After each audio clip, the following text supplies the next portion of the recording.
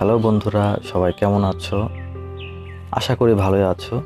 তো আজকে তোমাদের সাথে যে বিষয়টি শেয়ার করব সেটা হচ্ছে ছত্রাক কী, ছত্রাকনাশক কত প্রকার ও কী কী, এবং কী কী রোগ হলে ছত্রাকনাশক ব্যবহার করব।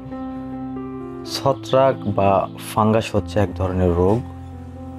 যখন দেখব গাছে কোনো পোকার আক্রমণ হয়েছে এবং সেটি কী পোকা খালি চোখে দেখা যাচ্ছে না, তখন বুঝে নিতে হবে ছত্রাকের আক্রমণ হয়েছে। এবং এই ছত্রাক হচ্ছে ঠিক হোমিওপ্যাথি ওষুধের মতো।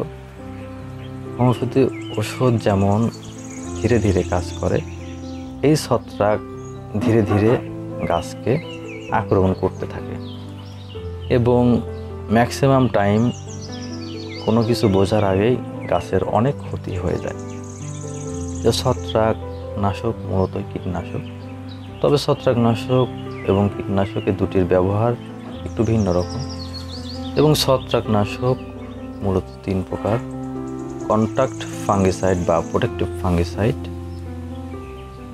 সিস্টেমিক ফাঙ্গিসাইড এবং মিক্সড ফাঙ্গিসাইড। তো কন্ট্যাক্ট ফাঙ্গিসাইড বা প্রোটেক্টিভ ফাঙ্গিসাইডের কাজ হচ্ছে গাছকে ফাঙ্গাসের আক্রমণ থেকে রক্ষা করা। এটি গাছ সুস্থ থাকা অবস্থায় মাসে অন্তত 2 বার ব্যবহার করতে হবে। তবে যদি ফাঙ্গাসের আক্রমণ অলরেডি হয়ে যায় তাহলে এটি আর কাজ করে না, তখন সিস্টেমেটিক ফাঙ্গিসাইড ব্যবহার করতে হবে। এবং ম্যাক্সিমাম বাগানিরাই এই সিস্টেমেটিক ফাঙ্গিসাইডটাই বেশি ব্যবহার করে থাকে। যখন দেখব গাছে ফাঙ্গাসের আক্রমণ হয়েছে বা করে ফেলছে, তখন এটি ব্যবহার করতে হবে। তো যে সকল রোগ হলে ছত্রাকনাশক ব্যবহার করতে হবে: পাতায় সাদা আবরণ পড়া, সুস্থ গাছের পাতা হলুদ হয়ে যাওয়া,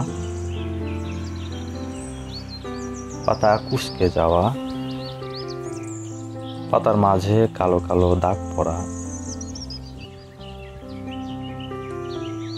ফুল না ফোটা বা কলি ঝরে যাওয়া, ফলের গায়ে কালো কালো দাগ হওয়া, গাছের গোড়া পচে যাওয়া, এই সমস্ত রোগ হলে ছত্রাকনাশক ব্যবহার করতে হবে।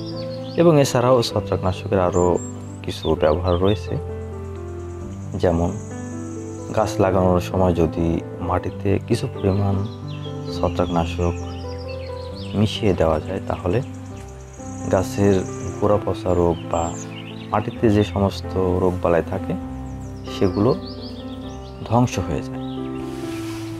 এবং বীজ থেকে চারা তৈরির সময় অথবা কাটিং থেকে চারা তৈরির সময় রুট হরমোন হিসেবে এটি ব্যবহার করা যেতে পারে। এবং বীজ থেকে চারা তৈরির সময় এটি প্রয়োগ করলে সুস্থ সবল চারা পাওয়া যায়।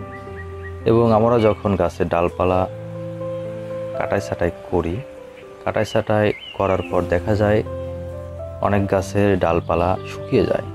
তো এই সমস্ত জনিত কারণেও এই ফাঙ্গিসাইড পেস্ট করে কাটা স্থানে লাগিয়ে দিলে এ ধরনের রোগবালাই থেকে মুক্তি পাওয়া যায়। যেহেতু বিভিন্ন ধরনের রোগবালাইয়ের জন্য ভিন্ন ভিন্ন ফাঙ্গিসাইড ব্যবহার হয়ে থাকে, তাই এই নিয়ে পার্ট বাই পার্ট ভিডিও তৈরি করব। তো আমার ভিডিওটি যদি ভালো লাগে অবশ্যই একটি লাইক দিবে, আমার চ্যানেলটি সাবস্ক্রাইব করবে, আর কোনো মতামত থাকলে অবশ্যই কমেন্ট বক্সে জানাবে। আজকের মতো এখানেই বিদায় নিচ্ছি। আল্লাহ হাফেজ।